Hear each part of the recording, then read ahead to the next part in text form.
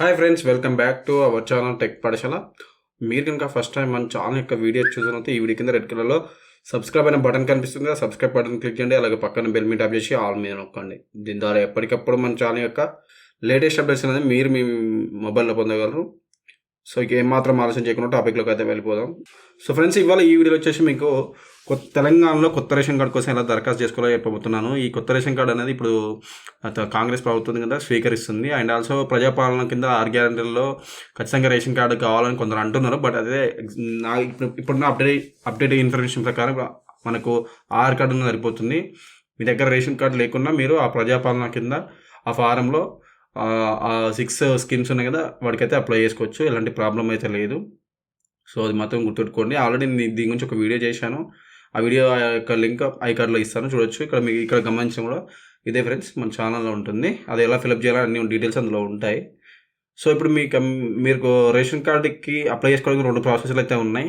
ఒకటి ఖాళీ పేపర్ మీద మీరు ఏంటంటే సో నేను కొన్ని సంవత్సరాల నుంచి అయితే మాకు రేషన్ కార్డు లేదు, మాకు ఇంతవరకు ఎప్పుడు కార్డు అయితే రాలేదని మెన్షన్ చేయడంతో పాటు కొత్త రేషన్ కార్డు కావాలని అందులో ఇన్ఫర్మేషన్ ఇవ్వడంతో పాటు మీ యొక్క ఫ్యామిలీలో ఉన్న డీటెయిల్స్ ఎవరైతే ఉంటారు కదా, వాళ్ళ ఫ్యామిలీ డీటెయిల్స్తో మీ మెయిన్ ఎవరైతే ఉంటారో వాళ్ళ పేరు రాయండి. అంటే ఫస్ట్ ఆఫ్ ఆల్ యజమాని అంటారు కదా, వాళ్ళ పేరు రాయండి. మహిళ అయితే మహిళ, పురుషుడు అయితే పురుషుడు.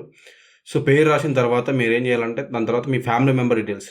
సో ఫ్యామిలీ మెంబర్స్ ఏంటంటే మీ భర్త పేరు అయితే భర్త పేరు, భార్య పేరు అయితే భార్య పేరు, పిల్లల పేర్లు, వీళ్ళ పేరు మెన్షన్ చేసి వాళ్ళ డేట్ ఆఫ్ బర్త్ మెన్షన్ చేసి ఆధార్ కార్డ్ నెంబర్ మెన్షన్ చేయండి. సో వీళ్ళు ఖచ్చితంగా గుర్తుపెట్టుకుని అండ్ ఆల్సో మీకు ఏమవుతారో కూడా మెన్షన్ చేయడం బెటర్ అది.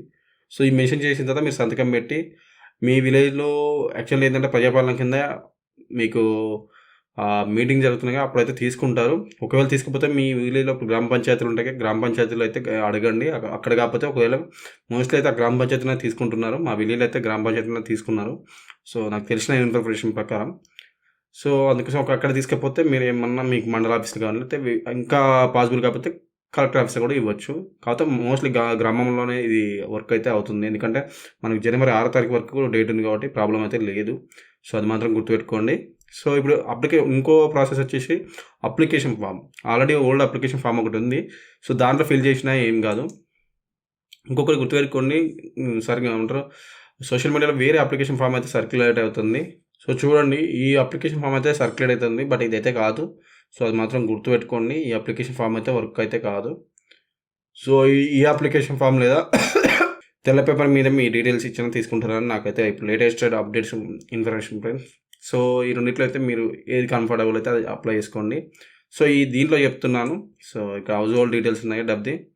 సో ఎవరైతే వాళ్ళ నెంబర్ ఉంటారో ఆధార్ కార్డ్ నెంబర్ అయితే ఆధార్ కార్డ్ నెంబర్ ఏదైతే ఉందో అక్కడ ఆధార్ కార్డ్ నెంబర్ టిక్ చేసి పెట్టండి. కార్డ్ అయితే బీపీఎల్ టైప్ చేసుకోండి.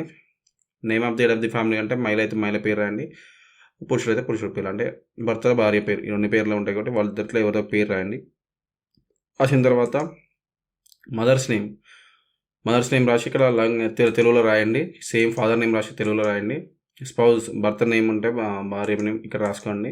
సో ఇక్కడ మెయిల్ అయితే mail, date of birth, age ఇవి రాయండి. ఒకవేళ మహిళ అయితే వాళ్ళ ఆక్యుపేషన్ ఏదైతే ఉందో అది రాయండి. యాన్యువల్ ఇన్కమ్ ఎంత అంటే ఇంకా మీకు తెలుసు కదా, ఎంత మెన్షన్ చేయాలనుకుంటారో అంత మెన్షన్ చేయండి.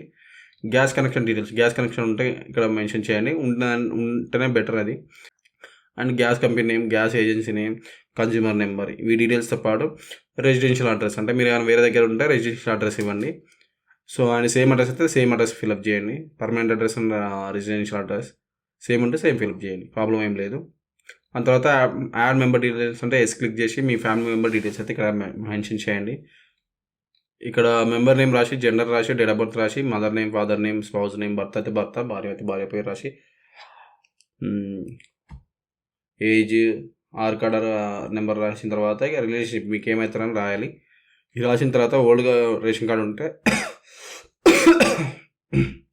ఉంటేనే మెన్షన్ చేయండి, లేకపోతే ప్రాబ్లం ఏం లేదు. ఇన్ఫర్మేషన్ నేమ్ అంటే మీ హెడ్ ఆఫ్ ది ఫ్యామిలీ ఉన్నారు వాళ్ళ పేరు మెన్షన్ చేయండి. And delivery type, mobile number ఇవి స్కిప్ చేసిన పర్వాలేదు, ఏం లేదు, పెద్ద ప్రాబ్లం ఏం ఉండదు. ప్రూఫ్ ఆఫ్ డాక్యుమెంట్ ఏదైతే ఉందో ఆధార్ కార్డ్ అయితే ఆధార్ కార్డ్ ఏదైతే ఉందో అది మెన్షన్ చేయండి. డాక్యుమెంట్ లిస్ట్ ఉంది కదా, డాక్యుమెంట్ లిస్ట్ అయితే మీరు ఏదైతే ఇస్తున్నారో పీడిఎఫ్ ఫార్మాట్లో ఉండాలన్నది. మీ సేవ్ అప్లికేషన్ ఫార్మ్ అంటే ఇదే. Proof of document Aadhaar card అయితే ఆధార్ కార్డు, ఫోటో అయితే ఫోటో ఖచ్చితంగా ఇవ్వాలి. అప్లికెంట్ సిగ్నేచర్ పెట్టి ఈ గ్రామ పంచాయతీలో అయితే మీ సేవలో తీసుకుంటున్నారో అయితే నాకు ఎగ్జాక్ట్ లేదు, కాకపోతే గ్రామ పంచాయతీలో అయితే తీసుకుంటున్నారు ఫ్రెండ్స్. ఈ ఇన్ఫర్మేషన్ కూడా మా ఊర్లో తెలుసుకున్న తర్వాతనే నేను మీకు చెప్తున్నాను. సో నాకు సోర్స్ వచ్చేసి మా ఊర్లో నుంచే ఫ్రెండ్స్, నాకు ఎక్కడి నుంచి వేరే దగ్గర నుంచి అయితే లేదు. సో దాని ప్రకారం మీకు చెప్తున్నాను. సో మీకు కూడా పాసిబుల్ అవుతుందో ఒకసారి అయితే మీరు అయితే ట్రై చేసి చూడండి. ట్రై చేయకపోతే ఇంకా వేరే వేస్ ఏమేమి ఉన్నాయి, ప్రస్తుతానికి అయితే ఉన్న వేస్ 4 ఉన్నాయి ఫ్రెండ్స్. ఒకటి గ్రామ పంచాయతీ, మీ సేవ, లేకపోతే మండల ఆఫీస్, కలెక్టర్ ఆఫీస్. ఈ 4 వేస్ అయితే ప్రస్తుతానికి ఉన్నాయి. ఈ 4 మీరు ట్రై చేయండి, ఎక్కడ ఒక దగ్గర మీకు అయితే అవుతుంది. మోస్ట్లీ అయితే మనం విలేజ్లోనే అవుతుంది. సో ఇది ఫ్రెండ్స్, మీకు ఇవాళ ఈ వీడియో చెప్పాల్సింది. మీకు ఈ వీడియో నచ్చిందని అనుకుంటున్నాను. మీకు కనుక ఈ వీడియో నచ్చితే మీ ఫ్రెండ్స్ అండ్ ఫ్యామిలీ ప్రతి ఒక్కరికి అయితే షేర్ చేయండి. Thank you friends, have a nice day, bye bye.